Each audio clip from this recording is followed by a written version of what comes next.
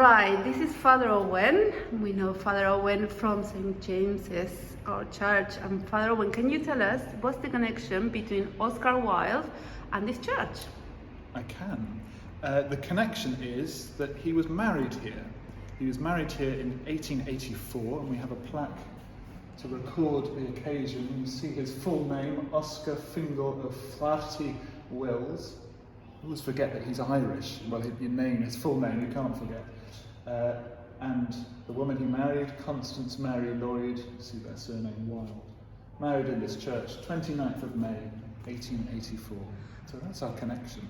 And do you know when this plaque was put up? This plaque was put up about 7 years ago, after quite a long time of an organisation wanting to commemorate the event and wanting to celebrate Oscar Wilde's life and work.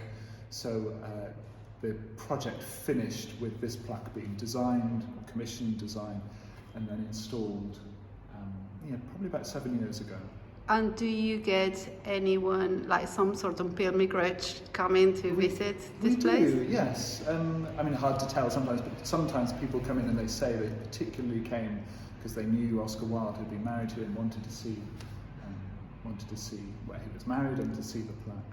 Amazing. I know you have some more to show me.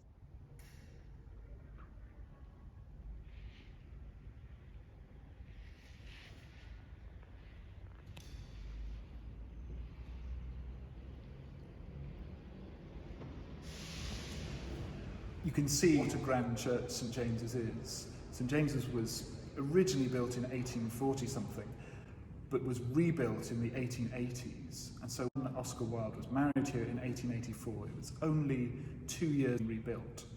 So this would have been very, very new, very fashionable. It's a fashionable area, Bayswater anyway, at the time. And so it really would have been very, very fresh and new and on trend, especially the Victorian love of Gothic. This is a product of that, of the reimagining of medieval English architecture. And so this is the fruit of that. So when Oscar Wilde was married, this would have been very, very new, very, very beautiful, as it still is, and very, very trendy. Do you think that he chose his church consciously, or was he a member of the parish? No, they were married here because Constance Lloyd lived in the parish. That's how you end up being married in a place. So she lived on Lancaster Gate, just around the corner, within the parish of St James's, Paddington. So that's why they were able to be married here. I'm sure it was also met his approval, because he could have been married in the parish where he lived, but perhaps it didn't quite come up to scratch. And at the time he was an Anglican. We know that he was toying with the idea, because being Irish, he could have been Catholic, but he wasn't. Yes, I don't know a lot about his Irish origins, but I don't know how devout and practicing he was, but clearly he was drawn to the aesthetics of and the beauty of the church, and particularly like a church like this, which was certainly influenced by a growing movement within the Church of England, within the Anglican Church, of rediscovering the richness of Catholic worship and ritual and beauty. So a church like this tapped into his love of beauty and all of that. It would have, I'm sure he would have been very happy to have been married here.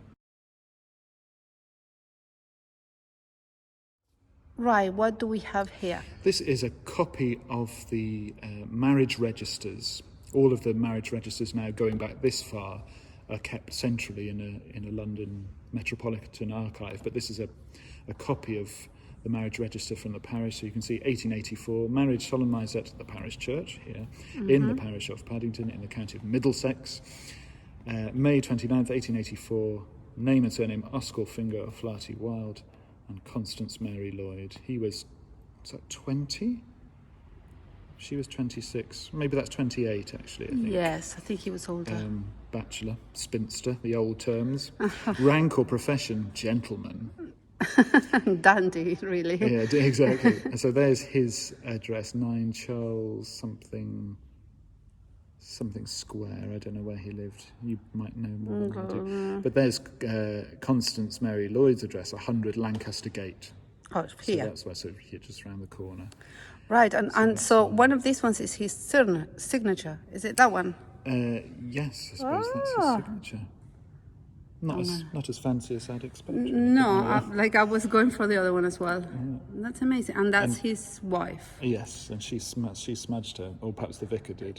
Yes, that's amazing. I don't know who the witnesses was, but the vicar married them. When we look through the registers, we see that the curate, you see above. Mm-hmm.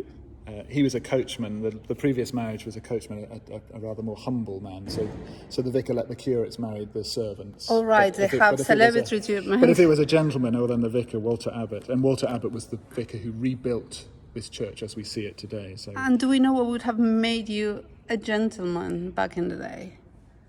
Well, it meant he wasn't in trade, so he wasn't working for a living. He just had money. He just had money. The Constance definitely did. Right, well, thank you so much. You can say goodbye to our friends in Argentina. Thank you, Father Owen. You're welcome.